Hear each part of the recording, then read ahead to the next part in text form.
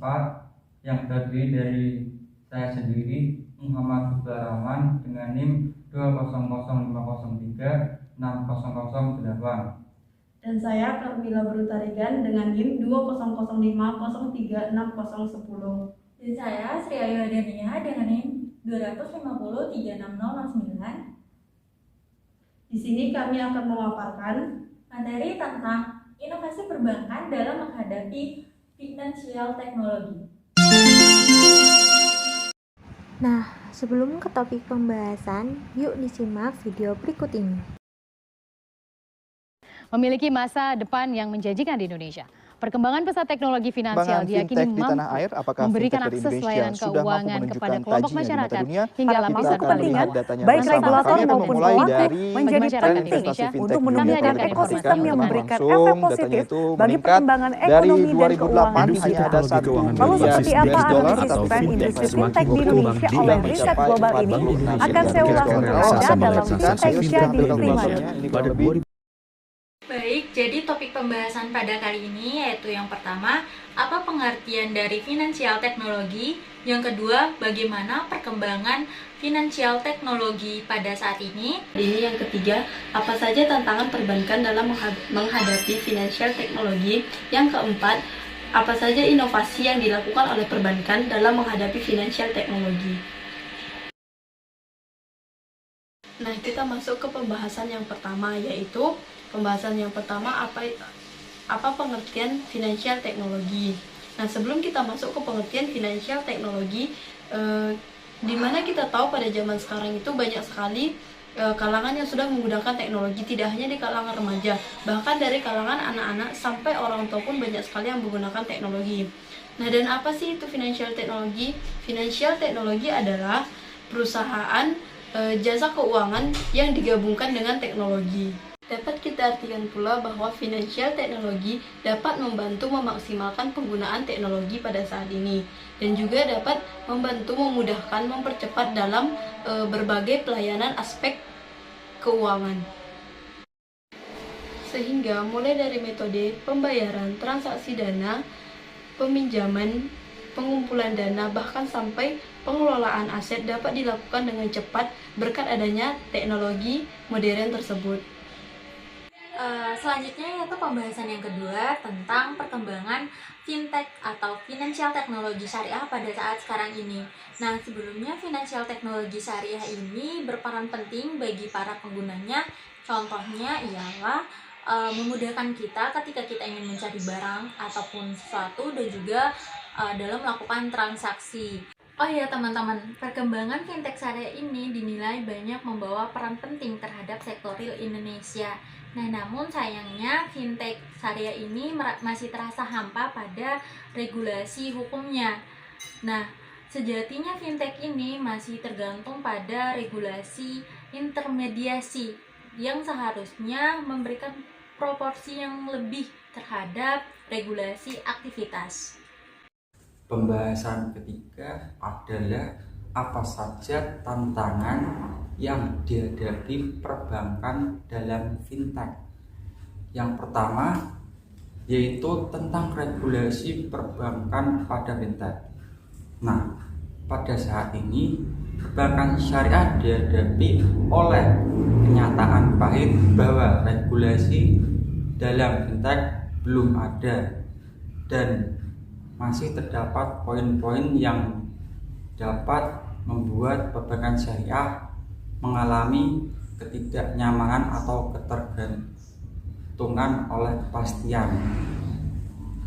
Karena pada dasarnya OJK hanya membuat peraturan regulasi yang hanya berhubungan dengan konvensional, yang di dalamnya masih terdapat peraturan riba, dan itu bersifat umum.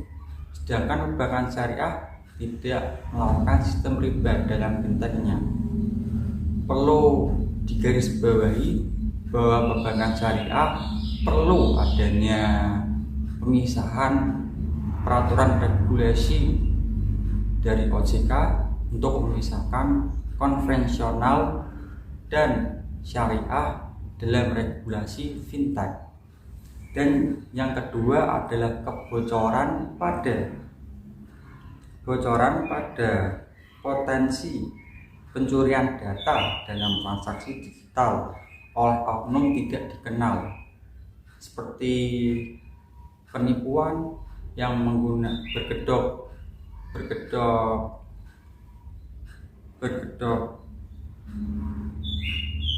internal sendiri dari bank maupun pengumpulan dana masyarakat sehingga rawan terjadi tindak kriminal atau kejahatan. Dan yang ketiga adalah modus para cyber atau yang dikenal dengan hacker, yang pada dasarnya dapat mengotak-atik sistem pada perbankan syariah. Dengan prediksi siapapun, kondisi ini sangat berpotensi terjadinya fraud yang dilakukan dengan memperdayai nasabah hingga dana nasabah raib atau hilang. Nah, topik pembahasan yang keempat ialah inovasi yang dilakukan oleh perbankan dalam menghadapi finansial teknologi. Nah, jadi teman-teman, inovasi yang dilakukan perbankan ini banyak sekali. Contohnya yaitu produk m-banking dan juga kartu kredit syariah. Wah, jadi perbankan juga membuat produk m-banking dan kartu kredit syariah ini untuk memudahkan kita ataupun para penggunanya dalam melakukan transaksi. Nah, untuk lebih jelasnya, mari kita simak video berikut ini. Jangan di skip ya teman-teman.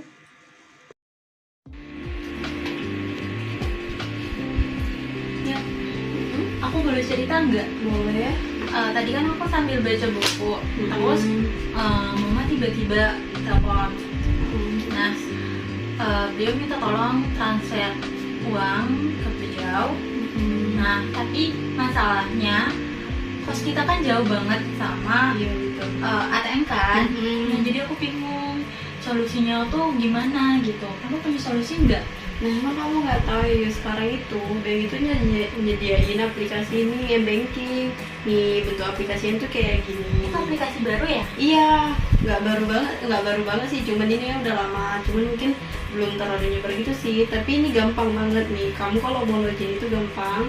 Nah, ntar di sini kamu login, kamu ke bank aja sekali minta tolong sama itu pegawai bank, ntar kamu dibantu buat login ke sini. Nah, dan setelah ntar kamu udah punya m-banking, itu gampang banget yuk, kamu bisa transfer kemana aja itu gampang. Nah, nggak cuma transfer aja, kamu bisa kayak nih kan ntar misal listrik kita nih habis kan, terus habis kamu bisa isi token listriknya tuh di sini, atau mungkin kamu butuh pulsa atau paket kamu habis tiba-tiba, kamu bisa isi di sini juga. Itu gampang banget yuk, ntar ini memudahkan kamu di mana aja gitu. Terus nggak kenal tempat, kayak aku juga kan sering tuh transfer ke rumah kan, itu jauh juga kan dari sini ke sana. Nah, aku sering transfer lewat ini juga. Jadi aku transfer itu, tinggal aku transfer aja. Ya udah, ntar close loop-nya, terus udah itu berarti aku kayak gunain ATM gitu. Ntar kalau udah aku transfer, udah di sana masuk, terus masuknya itu cepet banget, jarang bermasalah deh kalau pakai ini gitu. Oh, berarti ini juga termasuk kayak financial teknologi nggak sih? Iya, ini kayak financial teknologi gitu kan. Ini kan memudahkan kita juga dalam jasa keuangan kan. Jasa keuangan itu termasuk banget sama financial teknologi kan, karena ini betul-betul mudahin kita buat segala transaksi dalam keuangan. Walah, makasih ya Mil. Nanti aku pakai itu aja deh. Ntar kamu pakai ini aja. Susah-susah, nggak usah capek-capek jalan ke ATM. Iya, biar gampang, nggak perlu naik Grab lagi kan ke ATM. Oh, iya. Makasih ya kan.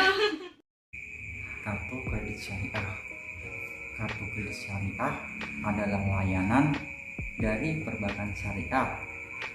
Berbeda dengan kartu kredit konvensional, kartu kredit syariah tidak mengandung riba maupun sesuatu yang melanggar syariat Islam, karena kartu kredit syariah memiliki akad-akad yang sah dan benar sesuai ajarannya.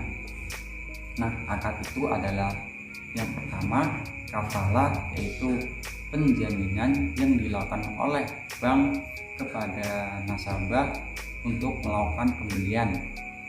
Kedua, qard adalah pinjam meminjam yang dilakukan bank yang mendanai nasabah untuk melakukan sifat konsumtifnya untuk memberikan barang maupun jasa. Dan yang ketiga adalah ijarah, yaitu penyewaan atau upah yang nantinya akan didapatkan oleh perbankan syariah. Mungkin itu dari kartu kredit syariah. Baik, mungkin itu saja yang dapat kami sampaikan. Mohon maaf apabila banyak kekurangan. Wassalamualaikum warahmatullahi wabarakatuh. See you.